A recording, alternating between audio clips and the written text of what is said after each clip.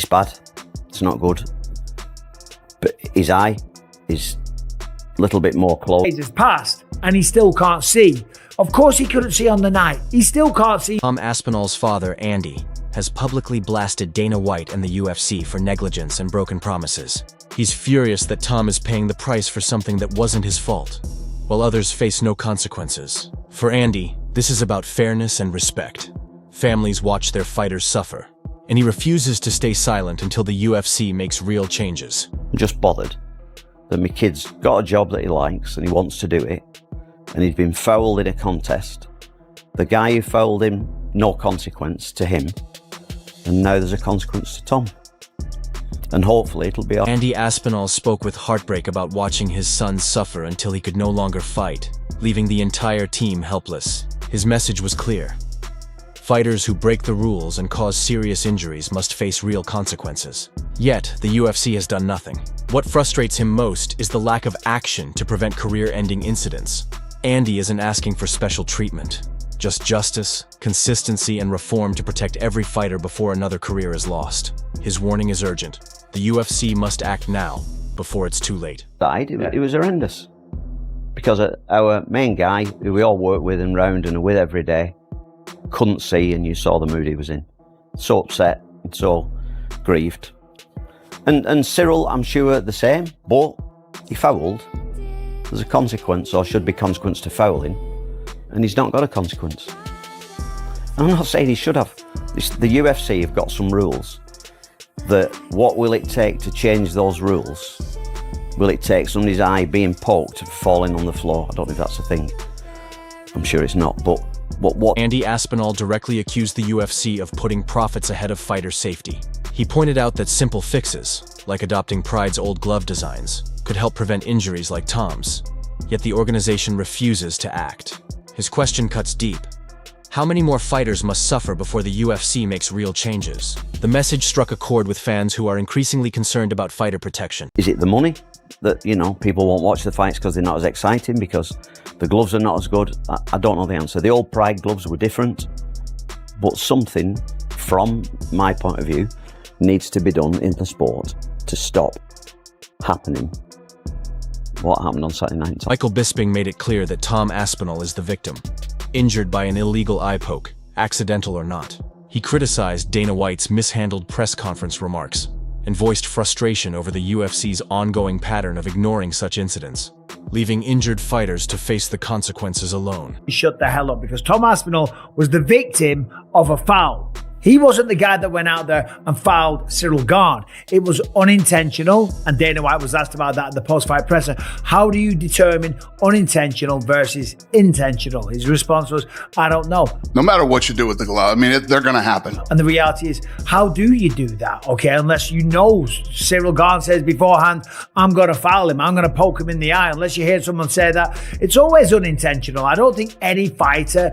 means to poke somebody in the eye. Bisping confirmed that Tom Aspinall was the clear victim of a severe eye poke foul, backed by slow-motion footage, even though Cyril Gane is known as a respectful fighter. The incident sparked debate across the MMA world, with Bisping warning that without proper enforcement, even accidental fouls could threaten the sport's integrity. But he's the guy that's been fouled. Poking people in the eye is not allowed. That is a foul, okay? So it was Cyril Gane's fault that this happened in the first place. Again, I'm not criticizing Cyril Gane. I thought he looked really good. He's an honorable guy. He's a great fighter. I've got tremendous respect for him. But the fingers were out. They caught him. And as we saw on the slow-mo several times, it was deep. It was knuckle deep. And of course, everybody's got an opinion on this. Andy Aspinall revealed the true severity of Tom's condition.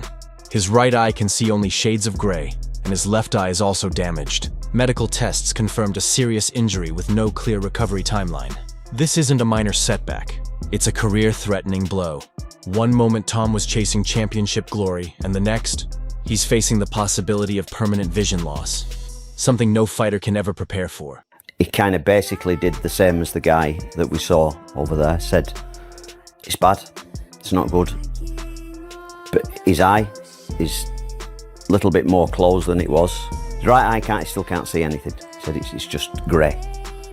And they tested him on words and he just couldn't see anything.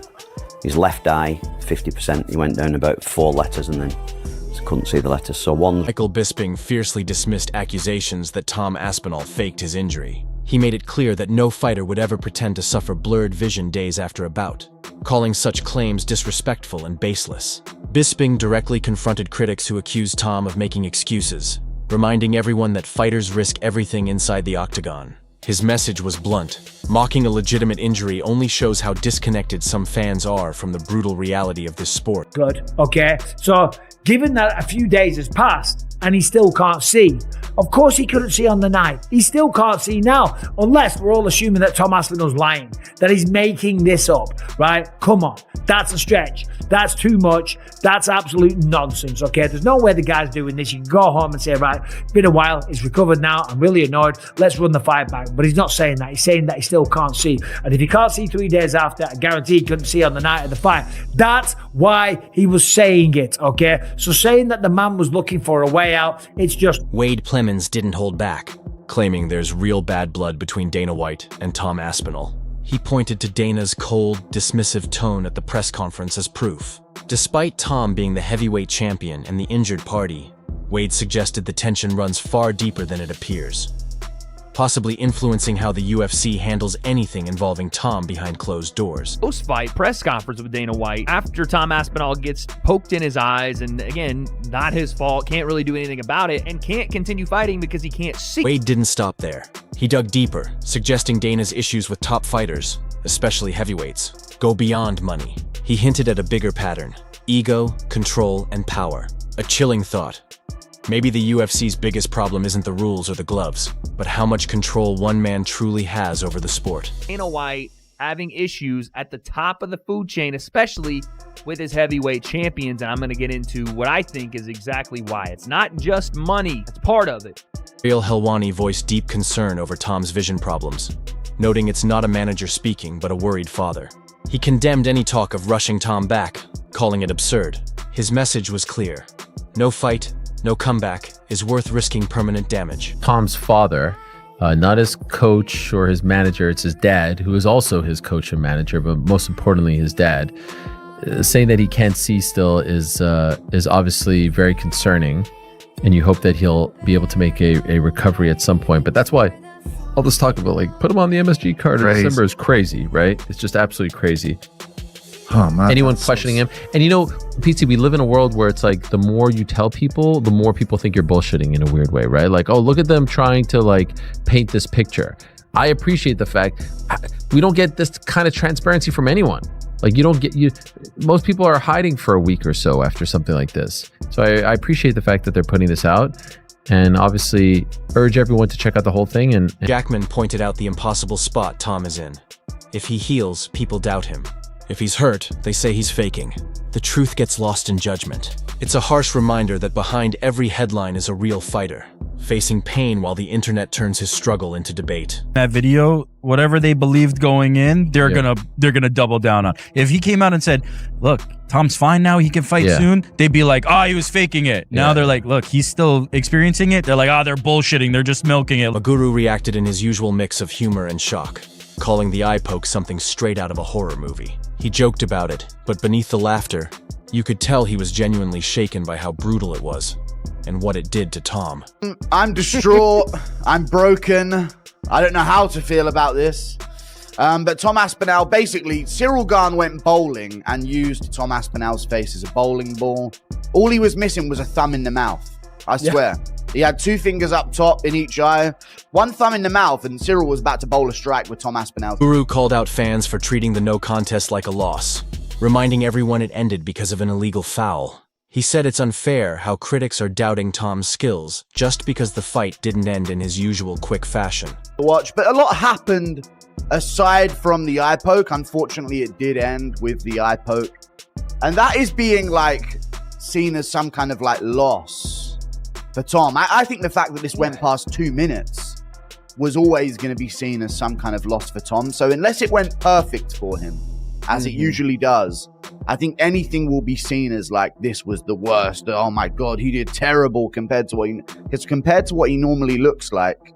This was a bad performance from him because it went 4.5 minutes long into the fight. So therefore, that's how people are going to perceive this. But I think there's some kind of like people are doing like some kind of victory lap for the loss of Tom Aspinall from him being gouged in his eyes and the fight being called off, when really Teddy described how the no contest drained all the energy from the arena.